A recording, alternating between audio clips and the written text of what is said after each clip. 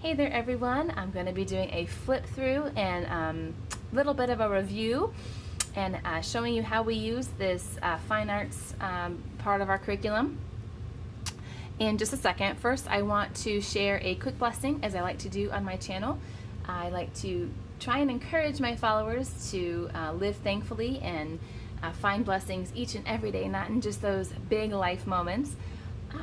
I would have to say the blessing for this homeschool mama this week was really getting a sense that my son is learning how to find blessings and find things to be thankful for. We have a blessing jar. I've done a video on that, and I have a post over on my blog about different things that you could put in the blessing jar and how we use it in our home.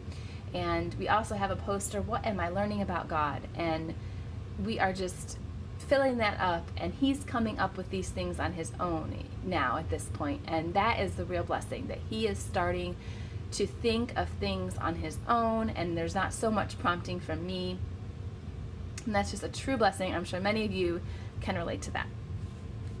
So moving on to the topic of this video, which is our music resource for this year. We have the Memoria Press Music Enrichment for kindergarten through second grade.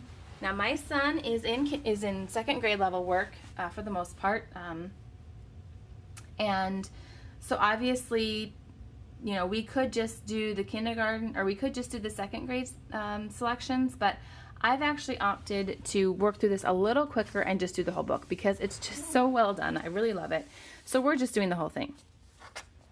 You can see here they do have YouTube channels actually prepared for you with all the pieces. I actually found the YouTube channel before I knew about this book, so they're not like well-kept secrets, and showing that isn't that big of a deal because I already knew about it before I even bought the book. So this here is the lesson for week 1. Look at that. Super to the point, short and sweet. It still gives some vocabulary and gives you some ideas for questions, but these are already written at the appropriate grade level for K-2, and so you don't have to kind of rephrase or try and bring things down to their level. The way that I use this is I put the piece on during lunchtime, and the selections are 10 minutes or less, most around the 5 to 7 minute range, and if I can, if the questions are something like that's a listening question, like how do you feel when you listen to this? I can ask those during the piece itself. So sometimes, we're less than 10 minutes for a lesson. If the question, is something maybe I should wait to the end to ask, then we kind of do that, and maybe, we're at 12 or 13 minutes, depending on how much my son likes to talk about it, but it's still pretty short and to the point. In the back, there is a section for composer biographies. I just want to get to the beginning of this section so you can see. Composer biographies, that starts on page 119, and they go in alphabetical order. So you see. So it doesn't correspond to the week. It's not in order. In that way, it's in alphabetical order, and that's fine. They're easy enough to find when you know that that's how they're in order.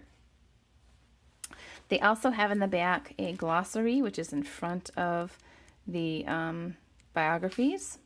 It has a bunch of different musical terminology. Sometimes they define it in the lesson itself, and sometimes they don't, so that is helpful to have. So we'll do this at lunchtime one day, and we'll go through this, and then the next day we'll put the piece on again a second time, and I'll read this little biography to my children, and maybe not read the whole thing if I feel like it's kind of long, but maybe even just pointing out some interesting facts that they might like.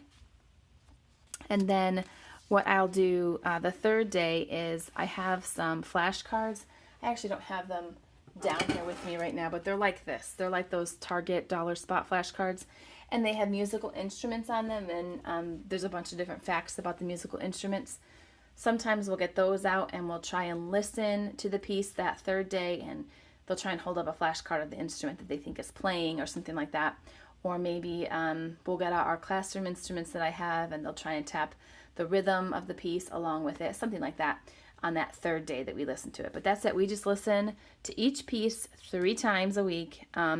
We've only had one piece so far that hasn't been really well recepted, so we kind of moved on after one day with that one because it just wasn't really well liked. So but for the most part we do 3 days, so I'll do each song 3 times, and then we will move on to the next song. And the reason we're doing that is because like I said, this is actually kindergarten through 2nd grade, so we may not get through the whole book doing it that way. We might actually have some left over at the end of this year, but that's okay. We'll just continue it either through the summer or through into 3rd grade. So this is what we're using for our music study, composer study this year. We are loving it, as we have loved Memoria Press read-alouds and recitation. Those things have just been really big hits in our home, and I highly, highly recommend this to anyone who's looking for a quick and easy yet very content-rich music study in their homeschool. Take care.